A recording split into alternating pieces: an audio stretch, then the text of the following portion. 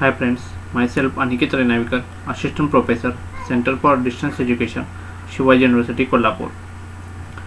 In the program MCOM Valuation of Real Estate, the subject is a building construction. In that the topic is a cement. Today we learn about the types of cement and the various types of cement and the storage of cement in this lecture. So, in the brief analysis which has been given of the composition of Portland cement and the influence of the various compounds present on its properties has indicated that a larger range in characteristics is possible by varying the proportions of the raw materials, by differences in the fineness of grading, and by other changes in technique. Since for different purposes it is advantageous to trace one characteristics more than others. Various classes of Portland cement has been developed.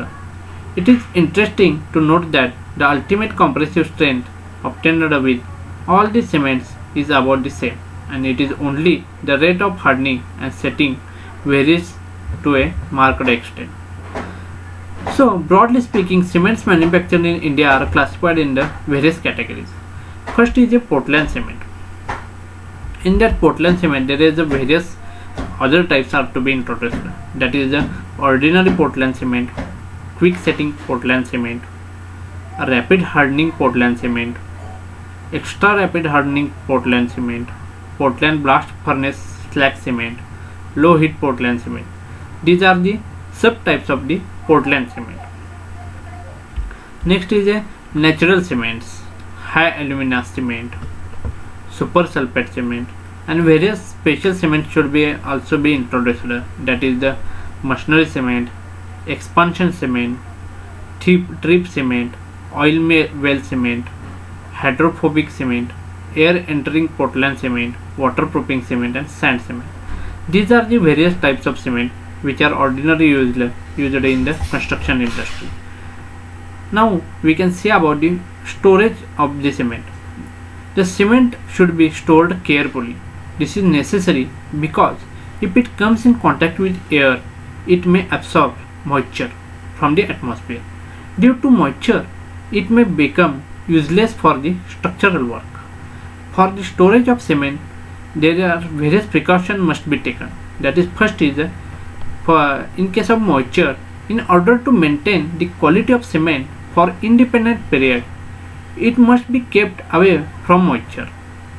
When cement is to be stored for a long period, it should be stored in airtight containers. This is because if moisture absorption exceeds 5%, the cement becomes totally useless.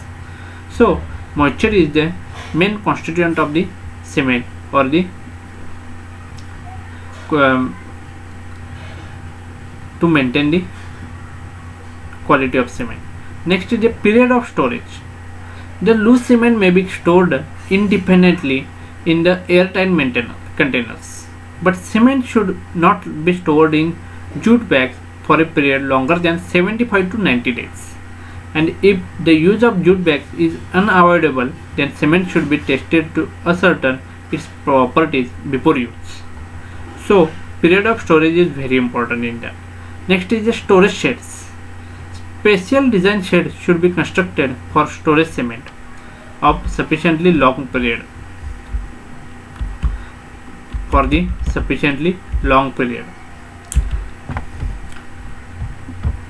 this shed should be above the ground, and the drainage should be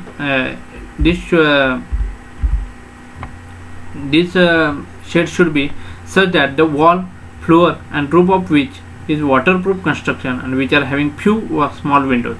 The windows of the shed should be kept tightly shut and its floor should be above the ground.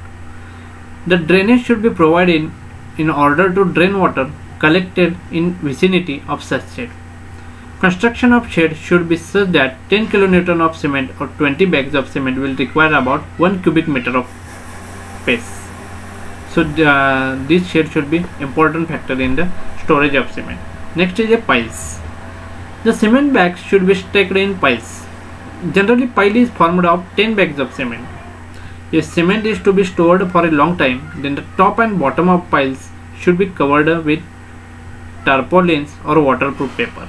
The distance between the piles of cement bags and exterior walls of a building should be about 90 centimeter. So piles should be also important for this storage of cement. Next is the removal of cement. To remove the cement bags from the piles of sufficient height, the step should be formed by taking out 2 or 3 bags from front piles. For removal of cement, the rule of first in first out should be followed. That is, cement which is stored previously should be taken out first. It is very important in the storage of cement. Next is the quality of cement. Finally, ground cement is more active and it absorbs moisture rapidly from the atmosphere. Hence, for the storage of finely ground cement, extraordinary precautions should be taken in order to maintain its quality. So, this should be very important. So, dear friends, today we stop here. We can see in this lecture about the types of cement, in that Portland cement, various subtypes of Portland cement. In that we can say about the ordinary Portland cement, quick setting Portland cement, rapid hardening Portland cement, extra rapid hardening Portland cement, Portland blast furnace slab cement, low heat Portland cement. Next is a natural cement, high aluminum cement, super sulfide, special cement, that is machinery, strip cement, oil well cement, etc. Next we can storage of cement in the various conditions, that is moisture points. We can discuss that moisture, period of storage, storage shades. Next is a piles, removal of cement, and quality of cement in this lecture. So friend, these are all with reference to the self instruction material made for the MCOM